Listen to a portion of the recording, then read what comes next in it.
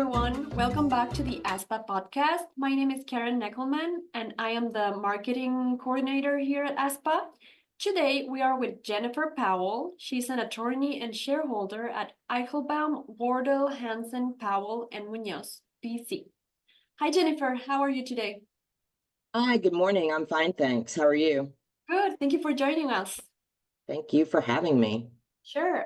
Jennifer, why don't you tell us a little bit more about your background before we dive into today's topic?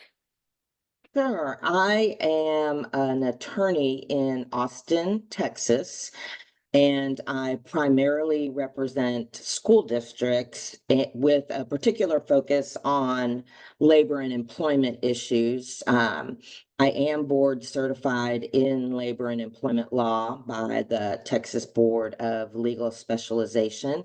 And I've been practicing law for over 30 years now, so I feel like I have a pretty good handle on all things labor and employment law related. Thank you for that. So today we are going to talk about the new Department of Labor rule raising the exempt salary threshold under the Fair Labor Standards Act, right? The FLSA. Exactly, yes. So what does that new rule impact generally? So the new rule impacts who can be considered exempt from the minimum wage and overtime requirements of the FLSA. So in order to be exempt, you have to meet three tests, basically. The first is that they have to be paid on a salary or fee basis. The second is that they must meet a specific salary threshold.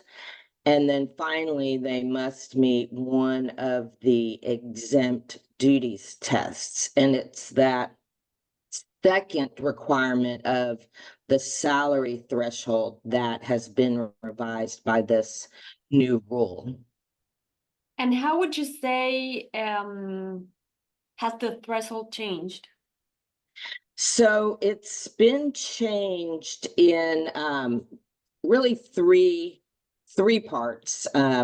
Two specific increases come into play this year and next. So effective July 1st of this year, we have already had an increase in that threshold to $844 a week, which is up from $684 per week.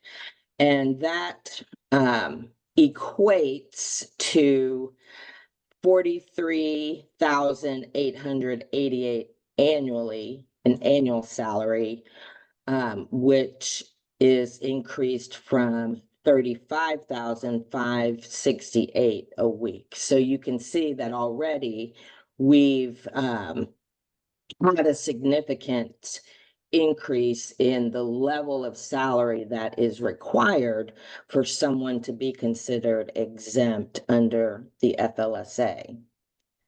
Then in January of next year, which is coming up on us before you know it, we're going to have an even bigger boost to that level, and that is going to be up to $1,128 a week, which equates to 58,656 annually. And that is a nearly 65% increase in what had already been increased in 2020. And then that third part of the increase begins in July of 2027, at which point the level is going to automatically increase every 3 years, and they'll base those increases on what the kind of what the market is at that point in time. And how would you say that this increase impacted schools so far? Well, it's interesting because it's actually had less of an impact on schools than on some other employers. And that's because schools' most numerous category of employee is teachers. And teachers are exempt from the salary threshold requirement. In other words, that particular part of the exempt requirements does not apply to teachers. In fact, the first requirement that they be paid on a salary or fee basis does not either. So the only test that applies to them is the duties test. And so they just need to be performing the duties of a teacher, and then they are not required to be paid any particular salary. So that helps schools considerably. There is also a separate exemption for schools that covers academic administrative employees. And that's a special rule that says that the salary threshold requirement for those particular employees can be met by paying them on a salary basis at a rate at least equal to the entrance salary for teachers in their educational establishment. And so that is not that difficult to meet because most administrator type of employees would be paid more than an entrance an entry level teacher. But the tricky part is that that exemption doesn't cover all administrators. It only covers those that are considered academic.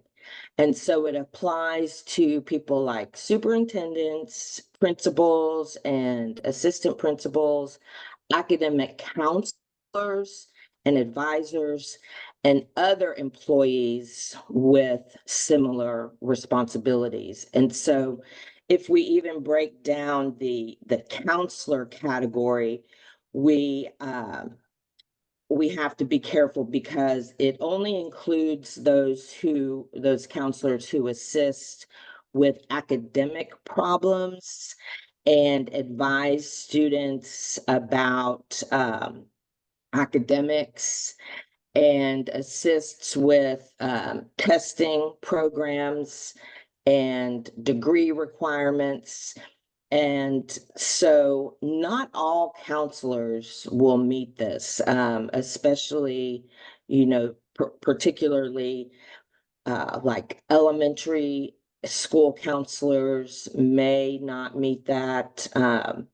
So again, you have to be really careful in applying that particular exemption to cover somebody. Okay. So, and is there anything else that is tricky for schools dealing with this change?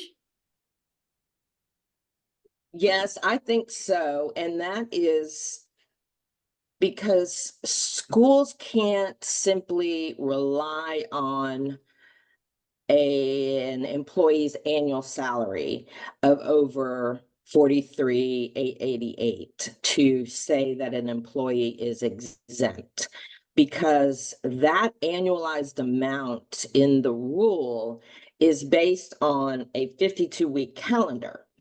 And because school employees often work less than that, their actual work weeks, or at least their scheduled work weeks, must be used to determine their weekly salary to see if they meet the threshold.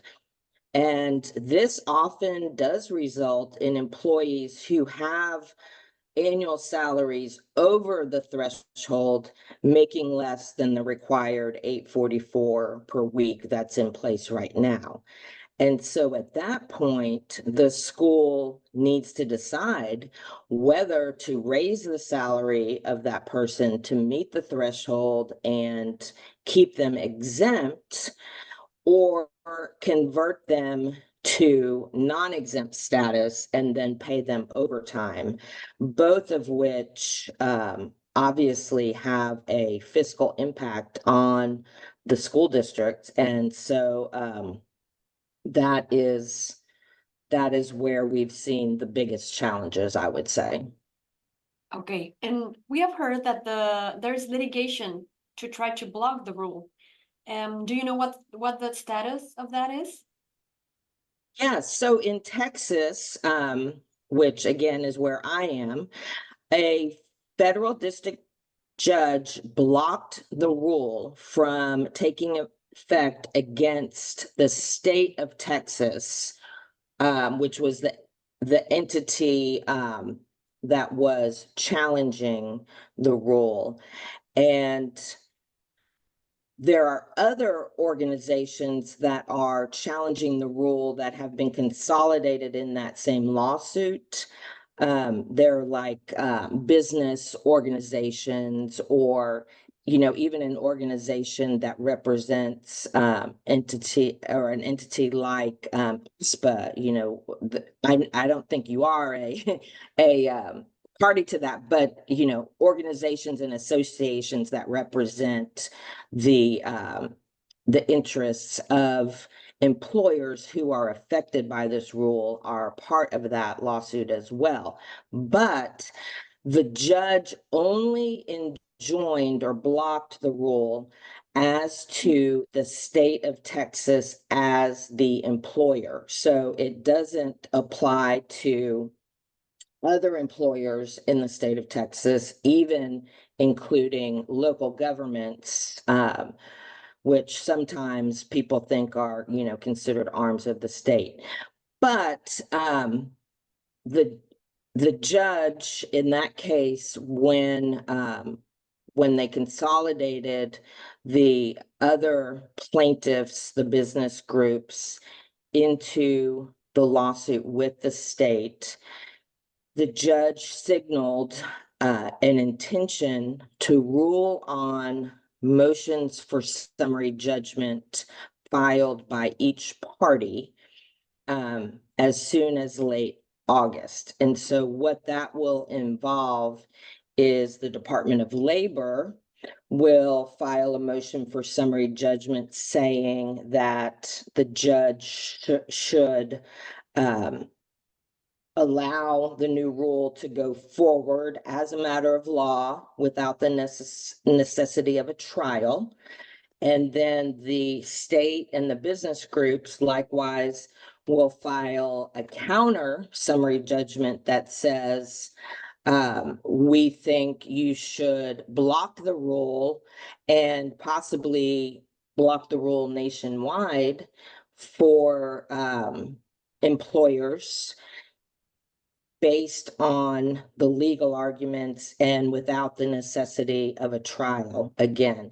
So if the judge rules on those without trial, he could rule by the end of August, or later into the fall.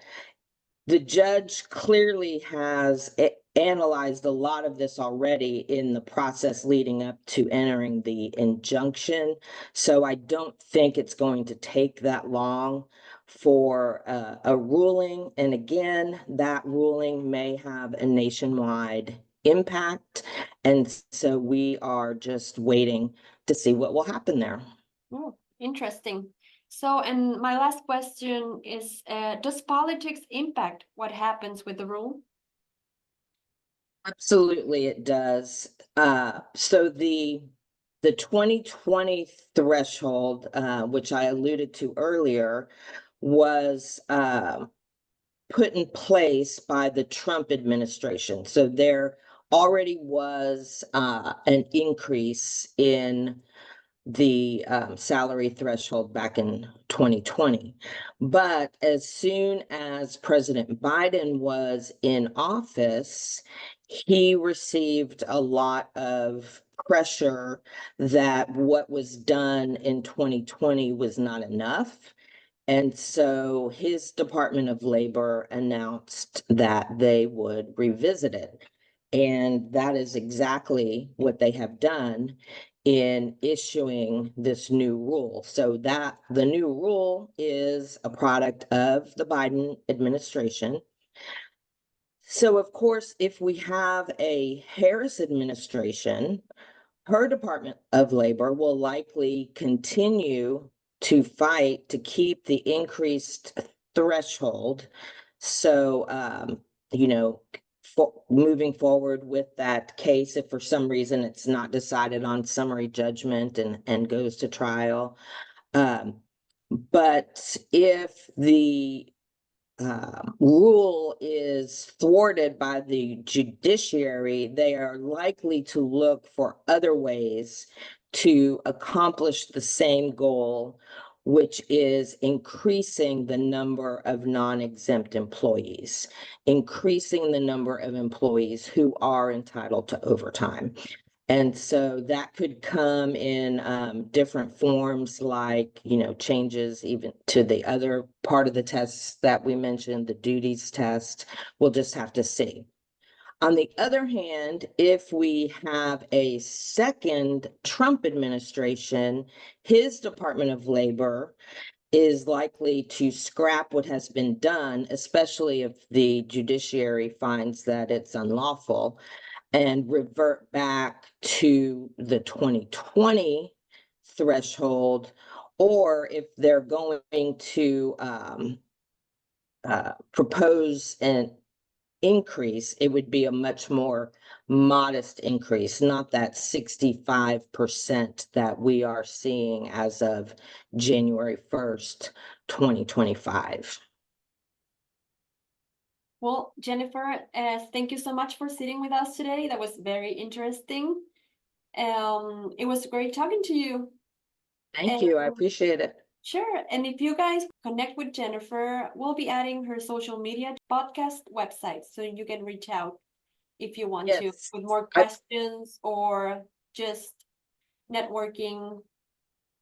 Yes, and I promise to post any developments in the Texas lawsuit that, of course, tracking. Sure, that will be very helpful. Thank you, Jennifer. Have a good day. Thank you.